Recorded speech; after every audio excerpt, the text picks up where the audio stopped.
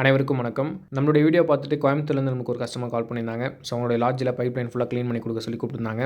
So அதுக்காக நம்ம வந்திருக்கோம். டோட்டலாக அந்த பில்டிங்கில் 16 பாத்ரூம்ஸ் இருக்குது. ஸோ 16 பாத்ரூம்ஸ்க்கான பைப் லைன் ஃபுல்லாகவே நம்ம க்ளீன் பண்ண போகிறோம். ஸோ டோட்டல் எல்லா பைப்லையும் பார்த்தீங்கன்னா ஸ்கேலிங் இஷ்யூ இருக்குது. அதே போல் செடிமெண்ட் நம்மளுக்கு அதிகமாக ஃபார்ம் ஆயிருக்கு. ஸோ இதெல்லாமே க்ளீன் பண்ணுறதுக்கு ஆசிட் வாஷ் தான் நம்ம பண்ண போகிறோம். ஆசிட் வாஷ் நம்ம பண்ணுறதுக்கு முன்னாடி பண்ண வேண்டிய முக்கியமான விஷயம் என்னென்னு பார்த்தீங்கன்னா, ஸோ நம்மளோட பில்டிங்கில் ப்ரெஷர் பம்போ, வாட்டர் ஹீட்டரோ, வாஷிங் மிஷினோ இல்லை ஆர்ஓவோ போட்டிருந்தாங்க அப்படின்னா கண்டிப்பாக அந்த லைன் எல்லாமே டிஸ்கனெக்ட் பண்ணணும். டிஸ்கனெக்ட் பண்ணதுக்கப்புறம் தான் நம்ம ஆசிட் பைப்பில் ஃபில் பண்ணணும். இந்த பில்டிங்கில் சோலார் வாட்டர் ஹீட்டர் பண்ணியிருக்காங்க. ஸோ அதோட இன்புட் அவுட்புட் எல்லாமே நம்ம டிஸ்கனெக்ட் பண்ணிட்டோம். டிஸ்கனெக்ட் பண்ணதுக்கப்புறம் பைப் லைன் ஃபுல்லாகவே நம்ம ஆசிட் ஃபில் பண்ணியிருக்கோம்.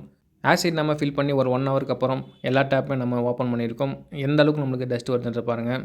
ஸோ ஸ்கேலிங் நம்மளுக்கு ரொம்ப அதிகமாக தான் இருந்தது. அதே போல் டஸ்ட்டும் நம்மளுக்கு ரொம்ப அதிகமாக தான் இருந்தது.